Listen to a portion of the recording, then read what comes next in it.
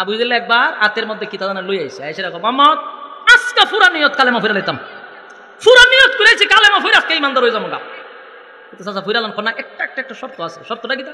আমার হাতের ভিতরে কিতা কোসাইন, তো বলুন যে এটা কি কালেমা পড়তেছে না ফাজলামি করতেছে? হাতের মুঠের ভিতরে কি আছে বলো, বলতে পারলে আমি কালেমা পড়ে ইমান আনব। রাসূল কয় হাতের ভিতরে কি আছে এটা বলতে পারলে কালেমা পড়বেন? বলে হ্যাঁ। বলে হাতের ভিতরে কি আছে আমার বলার দরকার নেই, আপনার হাতের ভিতরে কি আছে এটাই যদি আওয়াজ করে তো সর্বনাশ, সে তো আরো আগে কালেমা পড়ো। রাসূল ইশারা দিছে, হাতের ভিতর থেকে বালকণা রাসূলকে রাসূল হিসাবে স্বীকার করা শুরু করছে। বলতেছে আপনি সত্য নবী, আপনি শেষ নবী, আপনার উপরে ঈমান আনা দরকার। এই আবু জাহেল ঈমান আন তাড়াতাড়ি। এই হাতের ভিতর থেকে বালকণায় জবাব দিছে, ইয়েগো ও মাই মাই মাই গো মাই, জাদু জাদু জাদু জাদু হয়ে দৌড় শুরু করছে। বলুন একে কালেমা পড়তেছে না ফাইজলামি করবার লাগছে? এটা হলো বান্ডাল, এগুলো আসে ফাইজলামি করার জন্য। এরা ইসলামের গান গায় ঠিক হয়, মূলত এরা ইসলাম মানতে রাজি না। এরা বুঝায় আমরা ইসলামের গান গাই, আসলে ইসলামের গান গায় না। আবু জাহেল কয় আমি ঈমান আনবার লাগি আইছি, হাতের ভিতরে কিতা খালি আমার কইয়া দিলাও। তখন তো কইল যে কিতা কইছে যে আমি কইতাম না, হাতের ভিতরে কিতা আছে ওটাই কইয়া দিব। এখন হাতের ভিতর থেকে কয় রে আবু জাহেল কালেমা পড়, উনি সত্য নবী, উনি শেষ নবী, উনি খাতামান নবিয়্যিন, সুবহানাল্লাহ। এখন হে কয় এটা তো জাদু, এটা কি কত বড় বান্ডাল চিন্তা করুন। এরপরে দেখেন আরেকদিন আইছে, আয়া মোহাম্মদ যা ওইবার হইছে বাদ, তুমি আমার বাতি যা, আজকা ফুরা নিয়ত। বলে নিয়তটা কি? তা কালেমা পড়ে নিতাম। রাসূল তো ছিলেন রাহমাতাল লিল আলামিন, আমরা হইলে তো দুইটা শটকনা মারে গেলাম, হ্যাঁ তোর মতো এরকম ইমানদার যা মানলাম নি হইলে যত বড় বিশ্বাস হইও, কারণ মানুষ তো, আর উনি তো নবী না, আমরা তো আর নবী না রাসূলের কথা বলতেছি, কারণ পীর সাহেবরা তো নবী রাসূল না। এরা তুই একটা শটকনা মাইরে দিত যে তোর মতো মুরিদা না আমার দরকার নেই। কিন্তু আল্লাহর রাসূল তো রাহমাতাল লিল আলামিন, দয়ার সাগর। আবু জাহেল যে এরকম বিতলামি করে রাসূল রাগ হয় না। রাসূল চাচা কইন কি করতে হইব? হয় আমার হাতে একটা খেজুর আছে, তো জি দেখতেছি। হয় বিচিটা লাগাইয়া এখন ওই বিচির থেকে গাছ উঠবো, এখন ওই বিচির থেকে গাছটা বড় হইব, এখন ওইটার মধ্যে খেজুর ধরবো, এখনই ফাঁকবো, এখনই আমার খাওয়াইতে হইবা। বলো নাকি কালেমা পড়তেছে না ফাজলামি করতেছে? রাসূল কয় কইলে কি তুইব? কয় খালিমা ফুরিলাম, তখনই খালিমা ফুইরাই মানাই নিতাম তোমার উপরে। সম্মানিত ভাষা বুঝুন না, আমার আজকে আঞ্চলিক আয়া পড়ে, আমরা খেয়াল রাখতে পারি। আর হঠাৎ আঞ্চলিক যেটা আমরা স্বভাবগত দোষ মাঝে মধ্যে আইসা পড়ে না। এতক্ষণ কি খবর যারা তুলো নি, বুঝছেন নি? আচ্ছা যাক, আমি খেয়াল করে এখন কথা বলতেছি, এগুলা কন্ট্রোল করা যায় না, আঞ্চলিক ভাষা তো আইসা পড়ে। তো সম্মানিত শুধু আবু জাহেল বলতেছে এখনই খেজুর গাছের এই বিচির থেকে আপনি গাছ রোপণ করবেন, এখনই চারা উঠবে, এখন এটা বড় হইব, এখন এটার থেকে ফল ধরবে, এখন এটা পাকবে, এখনই আমি খাবো। আমরা হইলে কেমন শটকনাটা দিলাম হইলে খানের তোলে, কালেমা পড়তেছ না ভাজলামি করবার লাইছস? রাসূল তো রাহমাতাল লিল ওয়া মা আরসালনাকা ইল্লা রাহমাতাল লিল আলামিন, সুবহানাল্লাহ। যুবক ভাই, আবু জাহেল ডাক দিয়া বলেন এখনই গাছটা বড় হতে হবে। আল্লাহর পয়গম্বর বিচিটারে বাড়ি কইরা মাটির মধ্যে লাগাইয়া দিলেন। আল্লাহর কুদরতে গাছটা আস্তে আস্তে বড় হইতে লাগলো, কিছুক্ষণের ভিতরে গাছ বড় হয়ে গেল, সেখান থেকে খেজুর হইতে লাগলো, পাকলো, এরে খাওয়াইলো। এটা রাসূলের মুজিজা। রাসূলের কি মুজিজা? আবু জাহেল খেজুর খায়, সর্বনাশ সর্বনাশ, কম জাদু জানো না, বালা জাদু তো শিখছ। চিন্তা করেন কত বড় গাদ্দার। কি কালেমা পড়তো তো ভাই জামি বলে। আরেকদিন এক মোহাম্মদ আজকা ফাক্কা নিয়ত, আরো 4-5 জন লই আইছি, একবার তোবা টোবা খাইরা লাইছি, কালেমা হয় পড়তাম, আনলে কোরআনও যাইতাম না, চলে যাবো কোথাও তাড়াতাড়ি কর। আল্লাহ রাসূল কি সমস্যা? আজকে একবার পুরা নিয়ত করলেছি, কালেমা ফিরলাম। রাসূলকে ফিরালাম কোন তবে একটা কারণ আছে, ফিরে তো লাইতাম আমি কালেমা পড়বো, কিন্তু একটা শর্ত। কি শর্ত? ওই যে চন্দ্র, ওইটারে মাঝখানটা 2 ভাগ করে লেবা। কথা বুঝতেছে না মা? চন্দ্ররে 2 ভাগ করবেন মাঝখান দিয়া। বলুন এটা কি কালেমা পড়তে হয়েছে না আবার ফাজলামি করতে হয়েছে? কই চন্দ্র কই গান থেকে এটা 2 ভাগ করে লাভ। আবু জাহিল্লার ধারণা ছিল এতদিন তো যা করছে নিচে করছে, এখন এমন এক কথা কম ভাবতো না, আর আমি কালেমা পড়তামও না। কথা বুঝতেছে? রাসূল তো কইডে কি দেখো, জিবরাইল সাথে সাথে রাসূলের কাছে হাজির। সুবহানাল্লাহ। আয়া কয় আপনি গাবরান কেরে, আপনি কেন ঘাবড়াচ্ছেন? আল্লাহ আমারে বলছে আপনি খালি শাহাদাত আঙ্গুলটা উঠান। সুবহানাল্লাহ। অসম্ভবকে সম্ভব করে তো আল্লাহর কাজ, উসিলা করবেন আপনি, এটা আপনার মুআজিজা। হাত তুলুন, শাহাদাত আঙ্গুল তুল্লা রাসূল খালি এইভাবে দিছে, সাথে সাথে চন্দ্র দুই ভাগ হয়ে আবু জাহেলের সামনে দুই পাহাড় উড়ে গিয়ে পড়ছে। একটা জবান বন্ধ রাখবেন না, আল্লাহু আকবার। এটা রাসূলের মুআজিজা। আবু জাহেল হোম মাই গো, হোমা সারা জীবন উনছি জমিনের ভিতরে জাদু, ওহন দিয়ে আসমানও জাদু, আমি নাই এ দূর বলো নাকি কালেমা পড়তেছে না ভাই, নামি করবার লাগছে। এর নাম হইল আবু জাহিল্লা। আল্লাহ কয় রাসূল এর কলবের মধ্যে আমি মোহর মাইরা দিছি, হেদায়েতের কপালও নাই, এর কপালও হেদায়েত। আল্লাহ রাসূল কিন্তু আপনারা বিরক্ত হইতাছো, আল্লাহ রাসূল একবার আবু জাহিল্লা এবং হযরত উমরের জন্য দুইটার জন্য দোয়া করছিল, দুজনের জন্য। দুজন তখন কি ছিল? কাফের ছিল। এই দুজনের জন্য আল্লাহ রাসূল দোয়া করছিল যে আল্লাহ দুইজনের মধ্যে একজনকে আমি চাই, কারণ তখন দুজনেরই সুপার পাওয়ার। এই দুইজনের মধ্যে যদি একজন আমার কাছে চলে আসে তাহলে ইসলামের দাওয়াত প্রচার প্রসার করতে গিয়ে কি হবে? দোয়া করছে। আল্লাহ দোয়াটা কবুল করছে উমরের জন্য। সুবহানাল্লাহ। দোয়াটা কবুল করে নাই আবু জাহেলের ব্যাপারে, কবুল করছে কার ব্যাপারে? উমরের ব্যাপারে। প্রশ্ন হইল দোয়া তো করলেন রাসূল সমান না বেশি করছে উমরের জন্য? সমান দোয়া করলো, কবুল হইল উমরের বেলায়, কবুল হইল না আবু জাহেলের বেলায়। মাঝখানে কারণটা হইল কেন?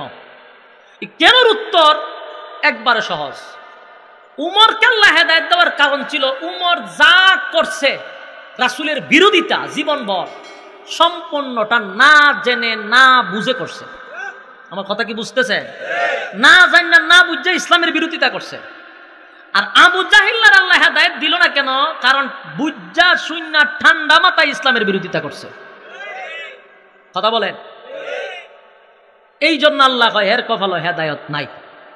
এ যা করছে বুঝা করছে, উমর যা করছে না বুঝা করছে, এই জন্য উমর আল্লাহ হেদায়েত দিয়ে দিচ্ছে। সুবহান।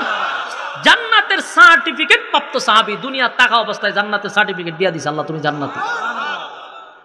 আবু জাহিল্লারে আল্লাহ কইনা লামাইছে, এর বাড়িতে আমরা পায়খানা করে আসি।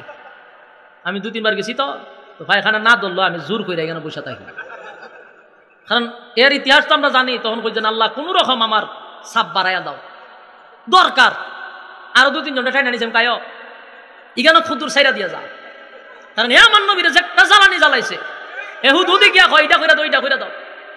মজা দেখার পরে কয় জাদু। আল্লাহ এর বাড়িটা বানাই দিছে কি? চিন্তা করে।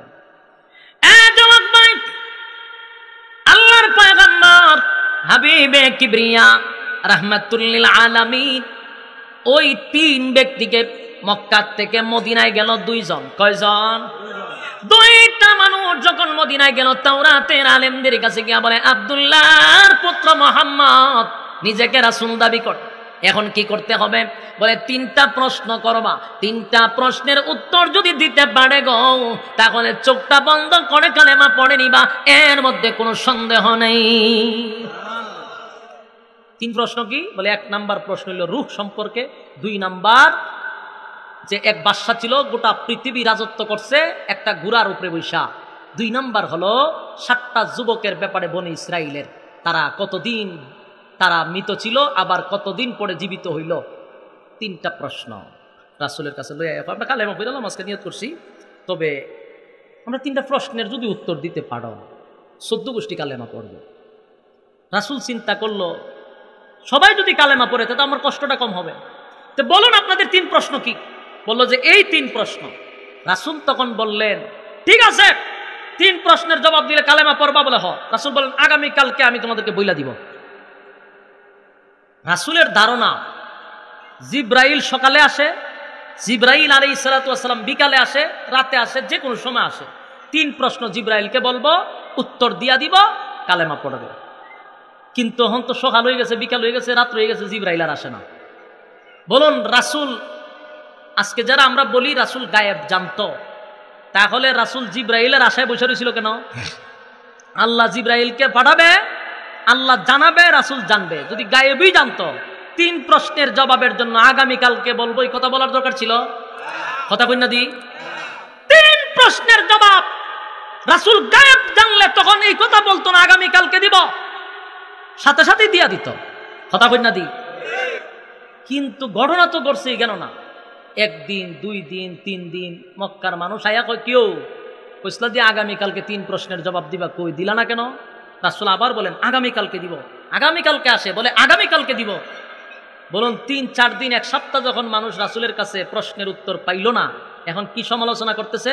যে উনি মিথ্যা নবী দাবি করছেন। নাউজুবিল্লাহ। আপনারা মসজিদের ইমাম সাহেবরা যদি কি এখন হুজুর একটা ফতোয়া দেন চান এটা এই বিষয়টা, ইমাম সাহেব আপনারা বললো যে ঠিক আছে চাচা আমি আগামীকালকে জানাবো, তার মানে ইমাম সাহেব মোতালা করে আপনারা জানাই দিবে। পরের দিন গেলেন, ইমাম সাহেব করলেন আজকে না আবার আগামীকালকে। এইভাবে আপনারা 5 দিন যদি ইমাম সাহেব কয় আগামীকালকে, 2 দিন পরে আপনার শাস্ত্র লেগে কইবেন আমরা ইমাম সাহেব যে রাখছে এবার কোনো আলেম হই না, কইবেন নি? আরে এবার কোনো আলেমের জাত তুই না, 1 সপ্তাহ ধরে ঘুরতেছি এবার একটা ফতোয়া দিতে পারে না, হ্যাঁ বেটারে কেন রাখছেন আপনারা? চিল্লাইবনি, সারা এলাকায় বদনাম করবনি। এই বেঈমান কাফেররাও গ্রামে গঞ্জে সব জায়গায় কয় মুহাম্মদ যে এতদিন কইছে রাসূল দাবি করছে, নবী দাবি করছে, এর মিথ্যা প্রমাণ হইছে, সে 3 প্রশ্নের জবাব দিতে পারে না। নাউজুবিল্লাহ। এরপরে দেখেন কি পরিমাণ কটাক্ষ করছে রাসূলকে। কয় মুহাম্মদের কাছে যে একটা লোক আসতো, মানে জিব্রাইল আসতো, এই লোকটা তো এখন ওনার কাছে আসে না, ওনার আল্লাহ ওনাকে ভুলে গেছে। নাউজুবিল্লাহ।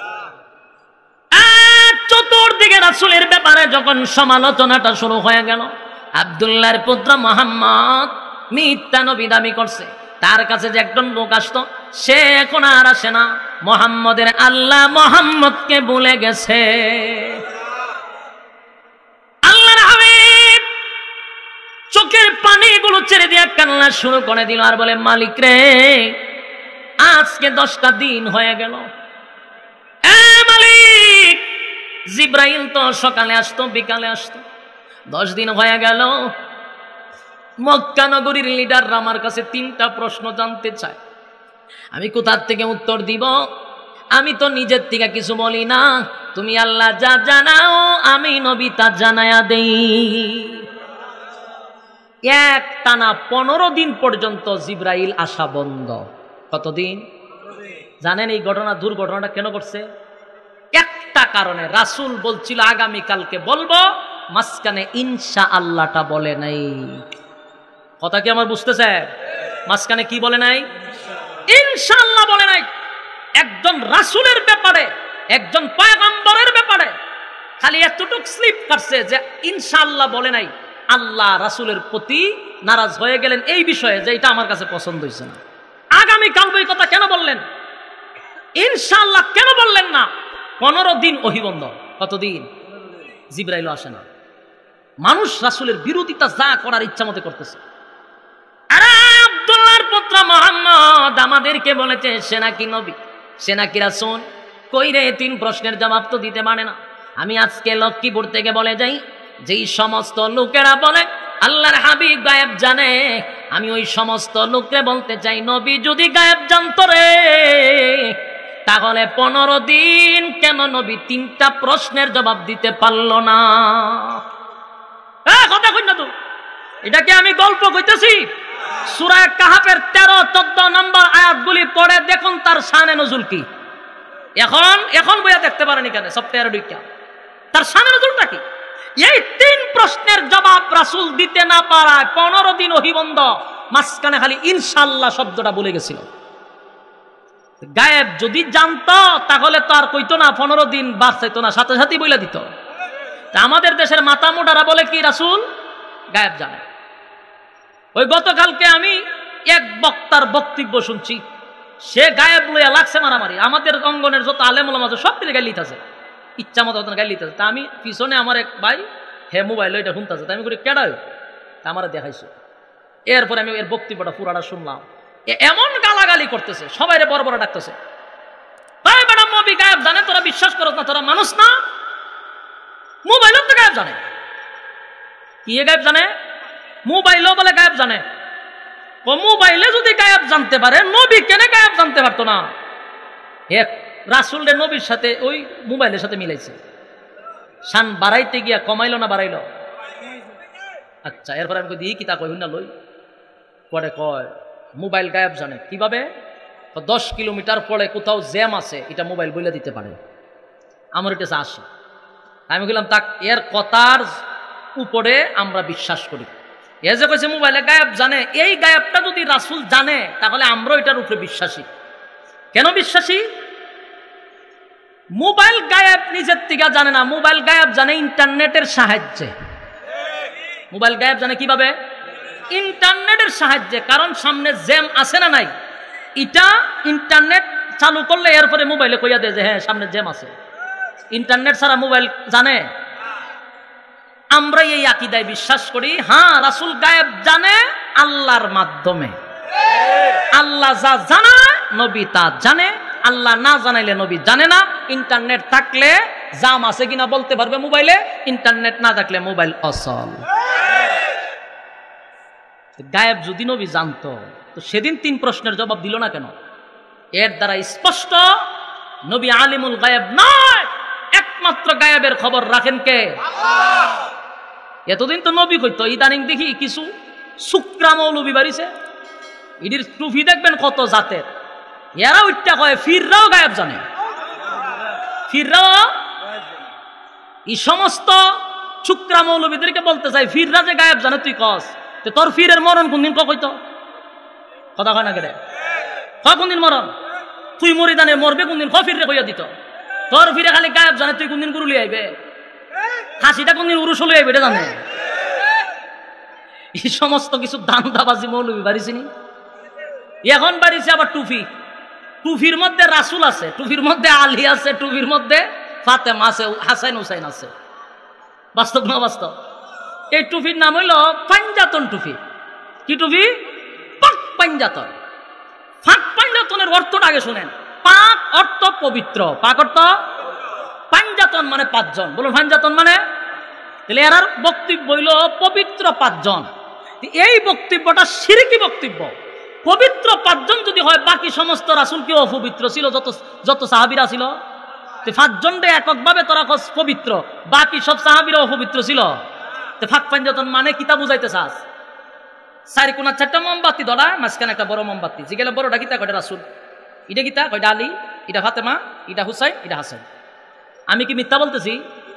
আচ্ছা, এক বক্তা টুপি একটা লয়ে সেটা কইতেছে এখানে একটা চান আছে। হের বাসা আবার চট্টগ্রামে বাসা।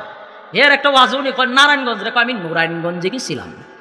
তো ওই বাসায় কইতেছে কি এই যে চারটা দেখতেছেন এটা হলো রাসূলের সাল্লাল্লাহু আলাইহি সাল্লাম। এই যে চারটা দেখতেছেন এটা হযরত আলী, এটা ফাতেমা, এটা হাসান, এটা হুসাইন। এই টুপি তুই আবিষ্কার করলে সাহাবায়ে কেরাম টুপি পাইছিল না? এটা যে এত বরকতপূর্ণ টুপি, তোরার ফিরে হইয়া গেছে। কোন ফির? ওই ফির। কোন ফির? পাকিস্তানের ফির। পাকিস্তানের ফিরে হইয়া গেছে এটা রাসূল, এটা আলী, এটা ফাতেমা। এই সমস্ত শিরকি বক্তব্য থেকে সবসময় নিজেকে সচেতন রাখবেন। এগুলা মানুষকে ব্রেন ওয়াশ করে গুমরা বানানো হচ্ছে। তবে সোচ্চার হতে হবে। মানুষের ঈমান আকীদা নষ্ট করার জন্য এরা এই চক্রান্ত বাইর করছে। এখন বারা কইরা ফিরানে আইনা কয় টুফির মধ্যে নবী, আলী, ফাতেমা, হাসান, হুসাইন। যদি বলেন হুজুর এগুলো আপনি মিথ্যা বলতেছেন, এখন বাইর করেন, নেটে আছে, লিখে দেন ফাঁক পাঞ্জাতন টুপি, বাড়ি যাবো কখনোই। ডকুমেন্ট ছাড়া কথা বলতেছি, তো বলুন এগুলা কোথায় আছে? পাইছেন কোথাও? মিথ্যা। এগুলা মানুষকে ঈমান নষ্ট করা। সম্মানিত সুধী, তাহলে এই 3 আয়াত যে নাজিল হইল কোন কারণে? 3 প্রশ্নের উত্তরে। কত প্রশ্নের? রাসূল যদি গায়েব জানতো 3 প্রশ্নের জবাব দিত নি? এরপরে 15 দিন পরে রাসূল কাঁদতে কাঁদতে হঠাৎ করে রাসূল দেখে আসমান থেকে ফেরেশতা নামতেছে। সুবহানাল্লাহ আসেনি? একজন নয়, 2 জন নয়, সব সময় জিবরাইল আসতো আয়াত লইয়া। আজকে নবী তাকায়া দেখে 1 জন 2 জন ফেরেশতা নয় রে, আল্লাহর নবী তাকায়া দেখে 70,000 ফেরেশতা লইয়া জিবরাইল আলাইহিস সালাতু ওয়াস সালাম জমিনে নামছে। ডাক দিয়া বলে হাবিব, আল্লাহর নবী বলেন জিবরাইল আমি প্রথম জানতে চাই 15 দিন কেন আসলি না, এত কান্না কেন কান্দাইলি? আমার আল্লাহ কি আমারে ভুলে গেছে? না গো নবী না, আমার মালিক আপনারে ভুলে নাই। তাহলে জিব্রাইল কেন আসলি না? জিব্রাইল বলে নবী গো, আমি তো আসতে চাই কিন্তু আমার মালিক আমারে আসতে দেয় না। কেন রে জিব্রাইল, আমার মালিক কি আমার প্রতি রাগ করছে নাকি? বলে না। তাহলে কেন আসতে দেয় না? বলে নবী গো, আপনাকে 3টা প্রশ্ন করা হয়েছিল, আপনি 3টা প্রশ্নের উত্তর দিতে গিয়ে বলেছেন আগামীকালকে বলবো। এই কথাটা আমার মালিকের পছন্দ হয় নাই। আর 15 দিন ওহী বন্ধ করার কারণ হলো কিয়ামত পর্যন্ত আপনার উম্মতকে শিক্ষা দেওয়ার জন্য আয়াত বন্ধ করে দিছে। কিয়ামত পর্যন্ত উম্মত শিখবে যে ইনশাআল্লাহ না বলার কারণে নবী কানলো কতদিন? 15 দিন কানছে, ওহী বন্ধ মাত্র ইনশাআল্লাহ বলার না কারণে। এই জন্য নবীকে আল্লাহ ভুলাইয়া দিছেন উম্মতের শিক্ষা দেওয়ার জন্য। আল্লাহ ভুলাইয়া দিছেন উম্মতের শিক্ষা দেওয়ার জন্য। বলুন, যে কোনো কাজে কি বলবো? আমরা মাহফিল থেকে বাড়ি যাব ইনশাআল্লাহ, মাহফিল অংশগ্রহণ করব ইনশাআল্লাহ, আগামীকালকে অমুক জায়গায় যাব ইনশাআল্লাহ, আমি খানা খাবো ইনশাআল্লাহ, আমি বিয়া করব আমি বউ ছাড়বো ইনশাআল্লাহ। তাল মিলাইতে পারতেছেন। সব কাজে বলবেন কি ইনশাআল্লাহ। মানে কি ইনশাআল্লাহ? অর্থ হলো আল্লাহ যদি চায়। বলুন আল্লাহ যদি। কিন্তু হাবিব, আপনি বুলায়া আল্লাহ দিছে আপনার উম্মতের শিক্ষা দেওয়ার জন্য, আপনাকে ভুলে নাই। দেখেন তাকাইয়া, আজকে আমি একা আসিলাই গো নবী, এমন একটা সূরা আপনার সামনে নিয়ে আসছি। এটা সাধারণ কোন সূরা নয়। এই সূরাটা নাজিল হওয়ার সময় 70,000 ফেরেশতা জমিনে অবতরণ করেছে। এখানে শেষ নয়, এই সূরাটা এত দামি, এত দামি। সূরা কাহাফ যদি প্রতিদিন কেউ তেলাওয়াত করে কমপক্ষে 10টি আয়াত, আল্লাহর নবী বলেন দাজ্জালের ফিতনার থেকে আল্লাহ তারে বাঁচায়া দিবে। সূরা কাহাফ যদি কোনো মানুষ প্রতি জুমার দিনে পড়ে, আমার আল্লাহ ঘোষণা দিছে আমি আল্লাহ ওই মানুষটাকে কোনোদিন দরিদ্র বানাবো না, গরিব বানাবো না। যুবক ভাই, রব্বে কারীম তখন ডাক দেয়া বলেন হাবিব, এই আয়াতগুলি আল্লাহ নাজিল করে আপনাকে জানায়া দেয়। আল্লাহ বলেন নাহনু নাকুসসু আলাইকা নাবাহুম বিল হক ইন্নাহুম ফিদিয়াতুন আমানু বিরাব্বিহিম ওয়াজিদনাহুম হুদা وربطنا على قلوبهم إذ قاموا فقالوا ربنا رب السماوات والأرض لن ندعو من دونه إلها لقد قلنا إذا شططا। যুবক ভাই, দিলের কান লাগায়া শুনেন, এই আয়াতগুলি নাজিল হয়ে আল্লাহর রাসূলকে 3টা মেসেজ জানায়া দিলেন।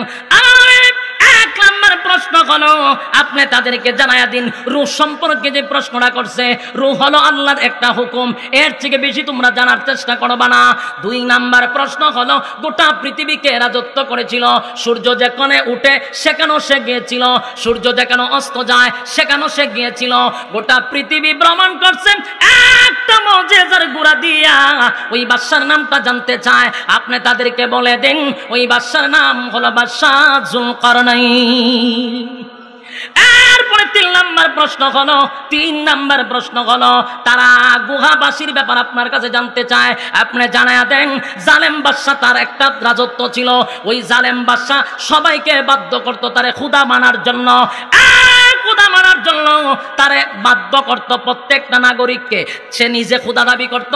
ওই বনি ইসরাইলের 7 জন যুবক নবী ছাড়া কোন নবী তাদের কাছে যায় নাই, নিজে নিজে এক আল্লাহর উপরে ঈমান আনছিল। যেখানে সবাই বাদশাকে খোদা মানত, এই 7টা যুবক নিজে নিজে ঈমান আনছিল। তাদের সঙ্গে একটা কুকুর ছিল। ওই 7 জন একটা কুকুর গুহার ভিতরে আশ্রয় নিছিল জালেম বাদশার থেকে বাঁচার জন্য। জালেম বাদশা তাদেরকে না পাওয়ার কারণে ওই গুহাটার ভিতরে প্রাচীন দিয়া ডালাই দিয়া দিছিল। আর এই প্রাচীন 309 বছর পরে ভাঙ্গা হলো। 309 বছর পরে ওই যুবকগুলাকে আমার আল্লাহ পুনরায় জীবিত গড়ায়া দিছে। এ যুবক ভাই, এই 3টা ঘটনা, এর মধ্যে 7টা যুবকের কথা। 309 বছর পরে কেন আবার জীবিত করা হলো? আল্লাহর নবী বলেন এটা কিয়ামতের ময়দানে মানুষকে যে পুনরায় জীবিত করবে, এটার একটা বাস্তব নমুনা আমার আল্লাহ দুনিয়াতে দেখায়া দিছে। 3 প্রশ্নের জবাব দিল। যুবক ভাই, দিলের কান লাগায় কথাগুলি শুনবেন। এখনই আমি বয়ান শেষ করতেছি। 1 নাম্বার প্রশ্ন রূহ সম্পর্কে, জুলকারনাইন সম্পর্কে 2 নাম্বার, 3 নাম্বার 7 যুবকের ব্যাপারে। এই 3টা প্রশ্ন যখন মক্কা নগরীর মানুষের কাছে রাসূল একে একে বলে দিল, মক্কা নগরীর মানুষ মনে মনে বুঝতে পেরেছিল উনি আল্লাহর পয়গম্বর। এর মধ্যে কোনো সন্দেহ নাই, উনি যে আল্লাহর